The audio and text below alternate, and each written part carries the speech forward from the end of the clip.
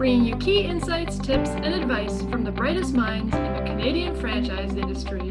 This is the Franchise Canada Chats podcast.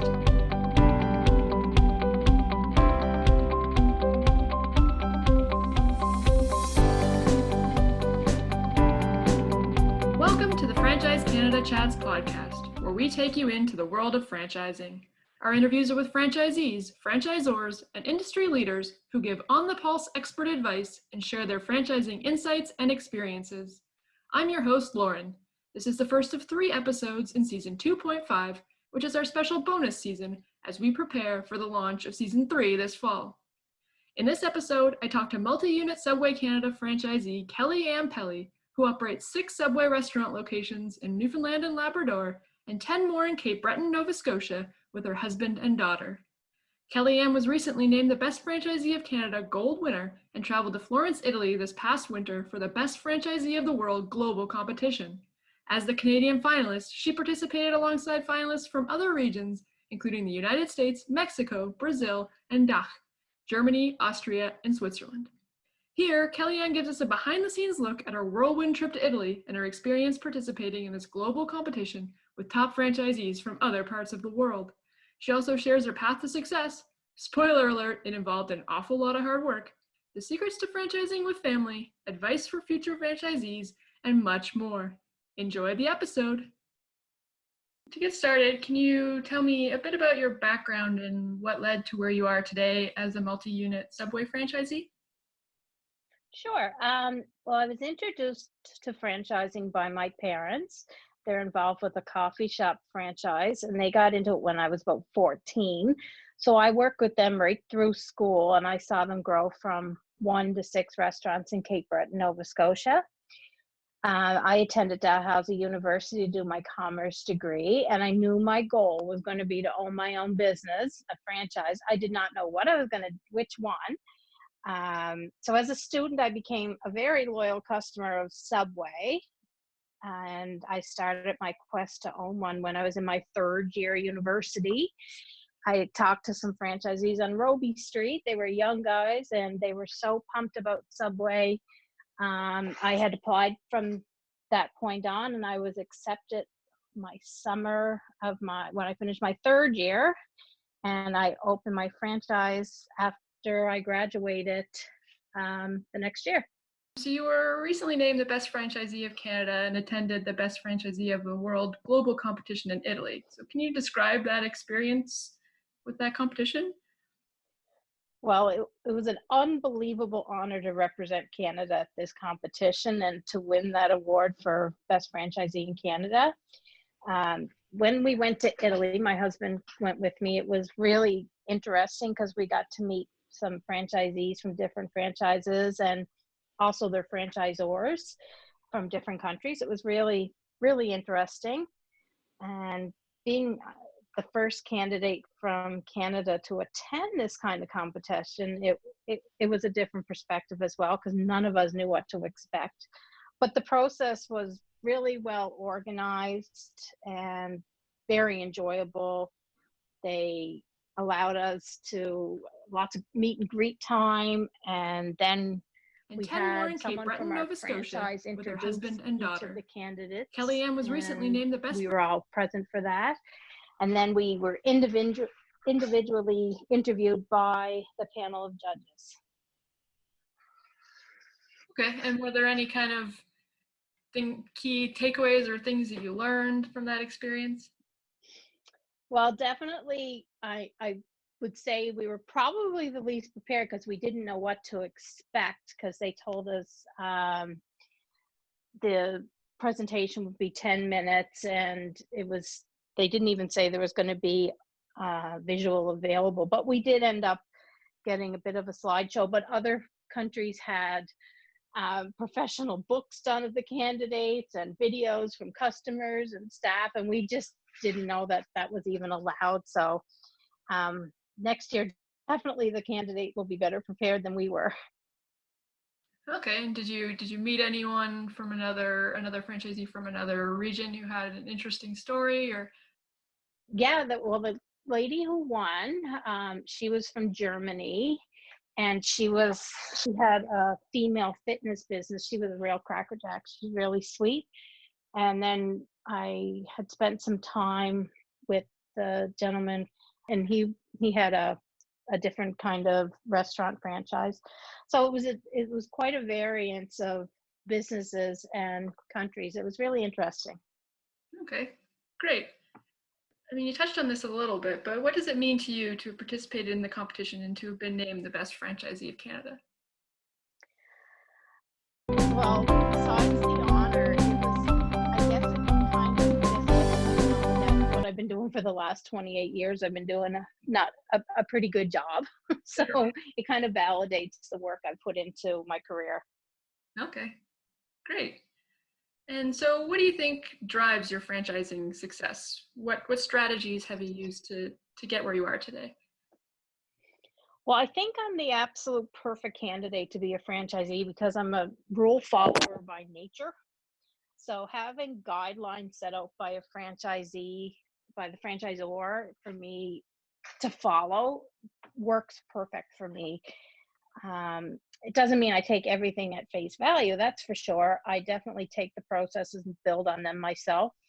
I like innovating, I like trying new things.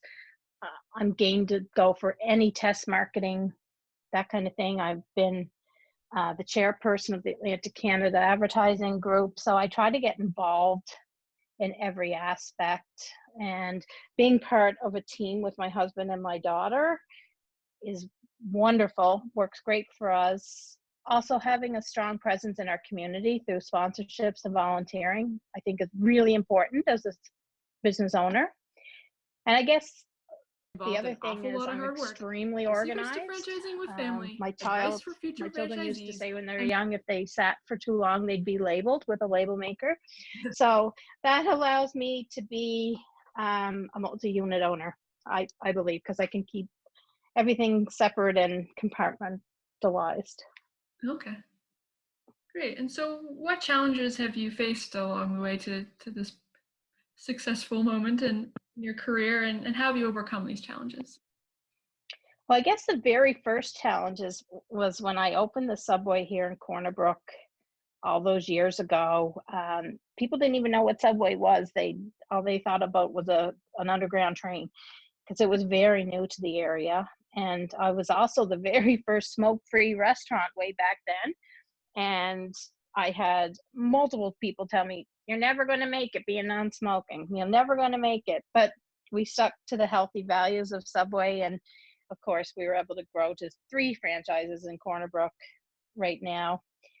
I guess also challenge with any working mom would be juggling children with my career.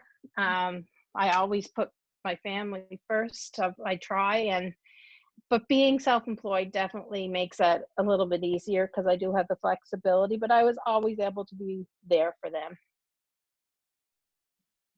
Okay. And so what's your favorite part of operating your franchises? Being part of a franchise, I guess the biggest thing that I like is that I feel like I'm part of something bigger than myself. I have my own core family, but I also feel like my employees are part of another family. And then I have another family with my Atlantic Canada franchisees. We're all very good friends, and we're all trying to get to the same point of business excellence. So we have a really strong team in Atlantic. And then being part, of course, the Canadian market and the global market, it's all that's what I love about being part of this international franchise. Okay.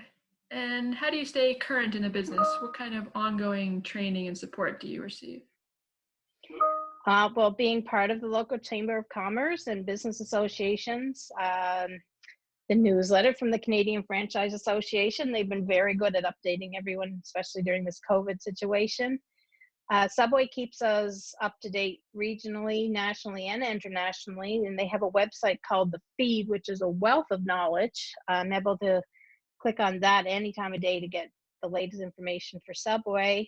And there's also something called Subway University for our staff and for the franchisees. And they're always updating it with new courses. In fact, I just finished a course on curbside delivery.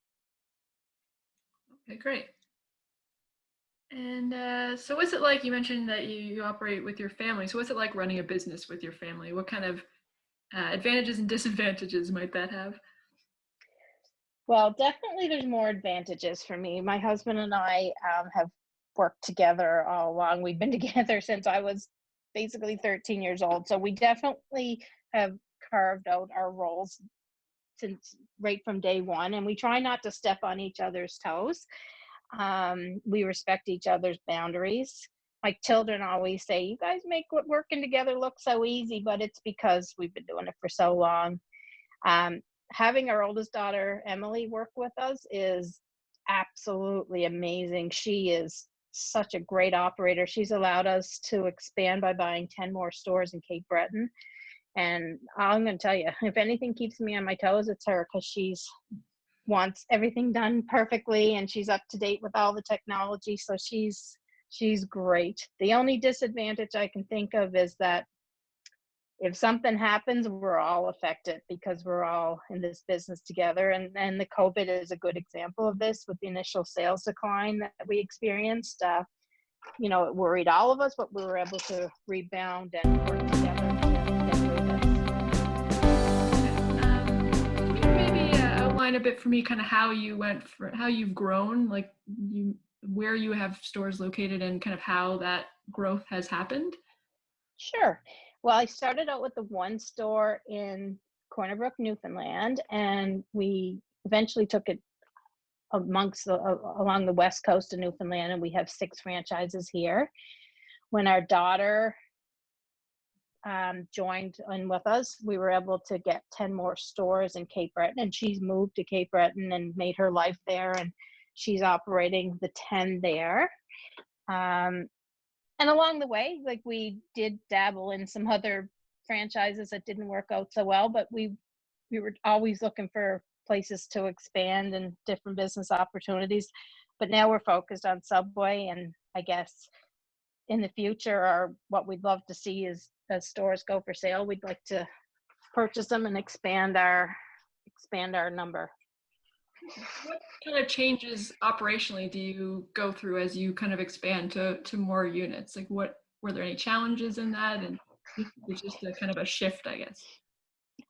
Well, it's definitely more work. And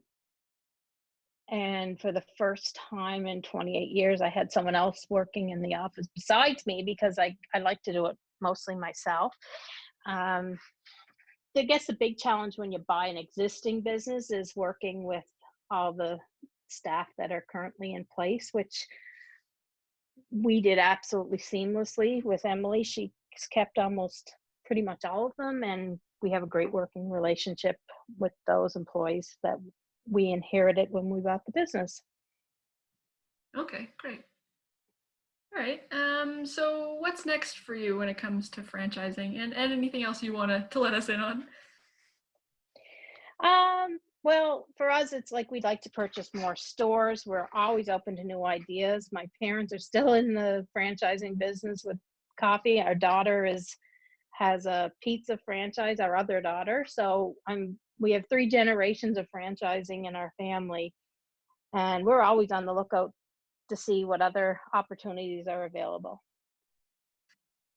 Okay. And do you have any advice for others who will be considering franchising?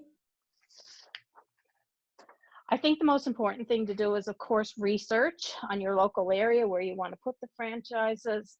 Um, Talk to as many franchisees that are willing to give their time. They're all going to pretty much be honest with you, but it's nice to get perspectives of different people.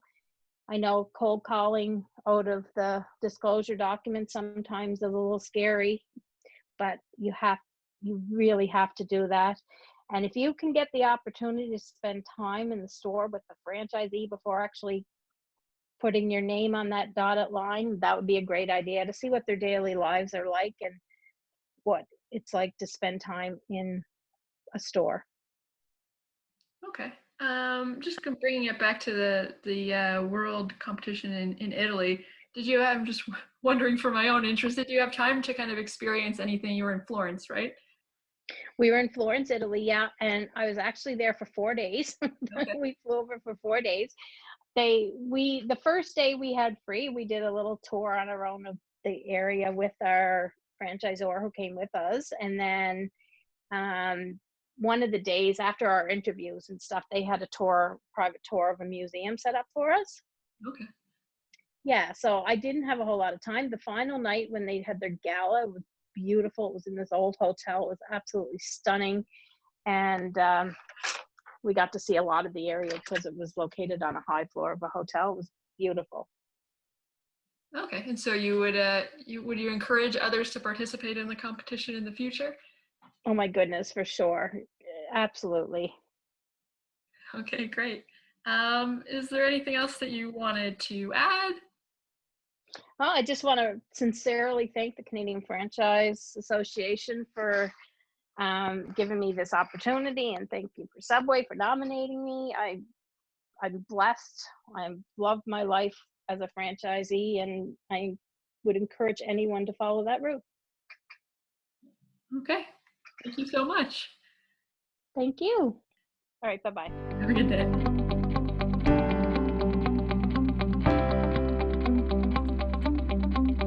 Thanks for listening. If you'd like to learn more, visit franchisecanada.online. And if you're interested in the franchise opportunity, go to lookforafranchise.ca.